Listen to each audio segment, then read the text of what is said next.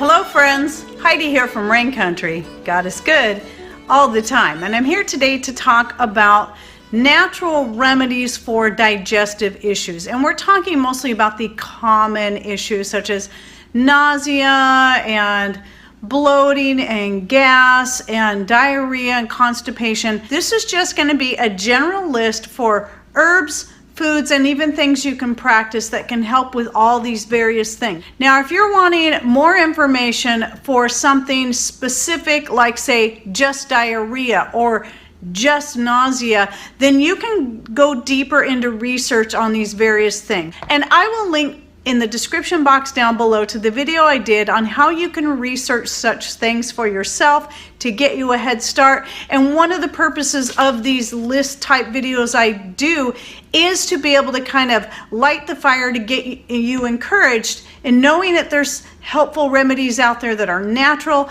and then start doing your own research using these videos as a guideline. And the other thing I'll link to down below is the whole playlist on natural remedies where I do various different lists for many different ailments. So let's get started. I'm going to start off by reading you the list of herbs.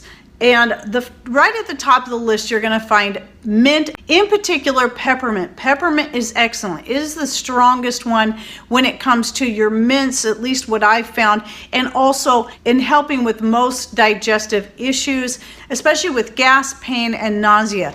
Ginger is also another one at the top of the list. When it comes to making teas and infusions out of any of these herbs, because that's how I'd recommend using most of them when it comes to digestive issues, is you can use fresh or dried herbs to make your tea.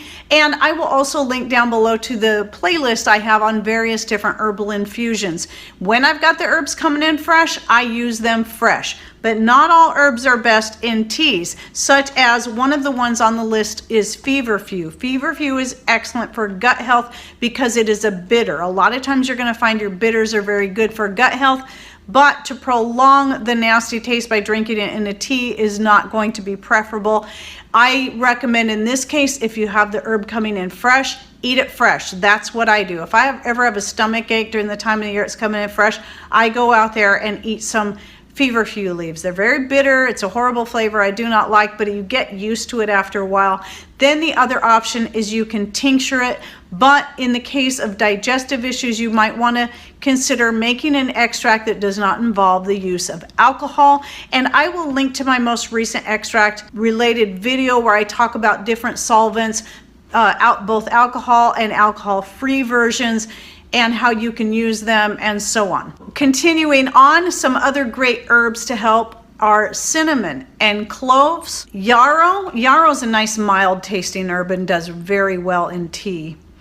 Basil, licorice, more specifically the licorice root is what we're looking at. And just be warned that if you have high blood pressure, I believe it is, just be warned that if you're on blood pressure medication, licorice root is one of those you should avoid. But generally speaking, it is a pretty good one. I have licorice root on hand. I don't like the flavor near as much as star anise though. Some more on the list would be chamomile, turmeric, fennel, garlic, dill, and rosemary. And I'm sure there's many more herbs. I would guess, in fact, that star anise and since fennel is also on the list, and it has a licorice flavor, a lot of times you'll find that herbs that have similar flavors also have similar benefits. But you can look into that more specifically for yourself. Before I go on to some other foods, let me talk a little bit about other ways you can use these various herbs. Like garlic, I wouldn't personally want to drink a garlic tea, but I really enjoy the honey infused garlic, especially with the addition of black seed.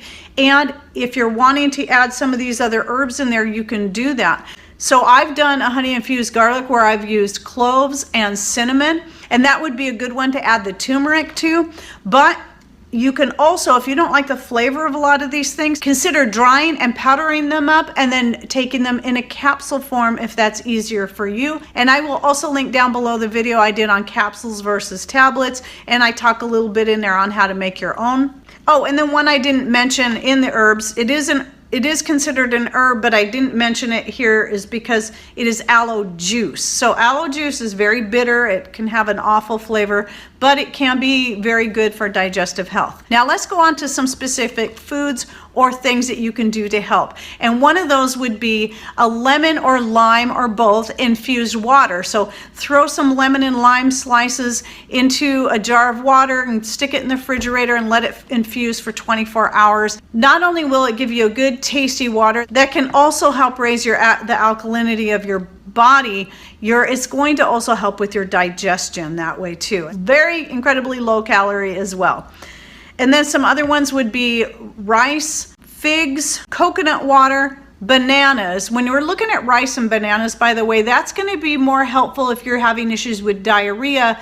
Those are two of the things you want to avoid if you're constipated though. And then something that's definitely good for any of these conditions would be any kind of fermented foods. You may want to avoid kimchi because cabbage, especially if you're having issues with gas and bloating, cabbage can cause more gas and bloating, and onions are commonly used in there, but you can ferment other foods like carrots and beets and so on, and that can be very, very healthy and tasty, and it doesn't even have to be vegetables. You could even ferment your figs if you want to. And then also things like yogurt and kefir, be it milk kefir or water kefir, are a couple great options, and there's many more out there. Kombucha is another one. And then make sure you're getting plenty of fiber through good healthy sources like apples and squash, beans and sweet potatoes, just for a few examples. And then don't forget your healthy fats.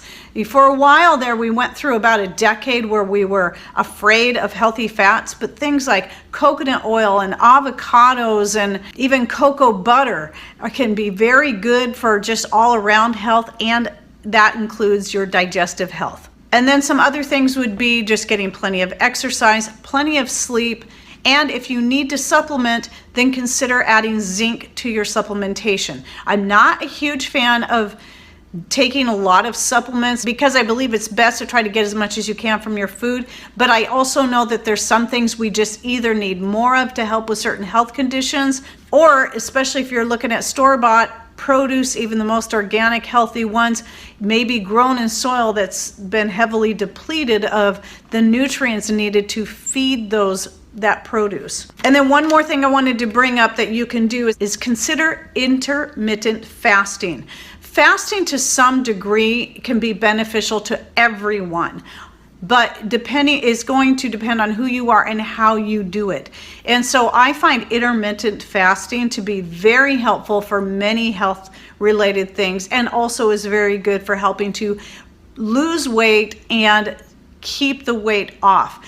But if nothing else, at least do not eat late at night. So I would say try to not eat anything after 6 p.m. But if your hours are different, obviously that's going to change. So what I mean by that is, if let's say you have a night shift, then try not to eat too late before you go to bed, because it's best not to go to bed on a full stomach.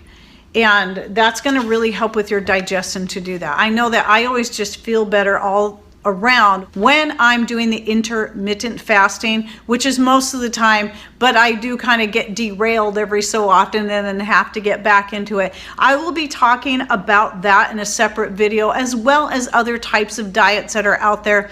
And then of course, if you are gluten intolerant, I meant to throw this in earlier, then you need to obviously avoid gluten. So that may simply be the answer for some people who have digestive issues, but not everyone, just those who are gluten intolerant. But some people may, even if they're not gluten intolerant, may find it beneficial, at least for a period of time, to just avoid gluten for a while, or maybe grains entirely. But grains are not poison. Carbs are not poison. It's getting the right healthy ones that is important. But it's okay to do an elimination diet, at least for a period of time. But I strongly believe in getting good healthy foods from all food groups to be able to get all the necessary nutrients we need to be healthy.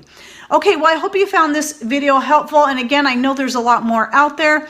And please share your thoughts and ideas, especially if you have any digestive issues. What things have you done to help with any digestive issues you have? And try to be more specific on the digestive issues that it is, so when people read through your comments, they'll find the ones that pertain most to them. And one more thing I forgot to say earlier is that make sure also that you're cutting way back on things like alcohol and caffeine, and maybe cutting them out altogether. That might be important to do, because these are things that can cause havoc with your digestive health. But I still believe that coffee, 1 cup a day, is plenty healthy. There's lots of good things in coffee, especially if you're going organic. A cup a day is not going to be harmful, but like I did when I first went off the thyroid medication, I did quit coffee altogether for a period of time to give my body a chance to fully heal itself before I introduced coffee back in.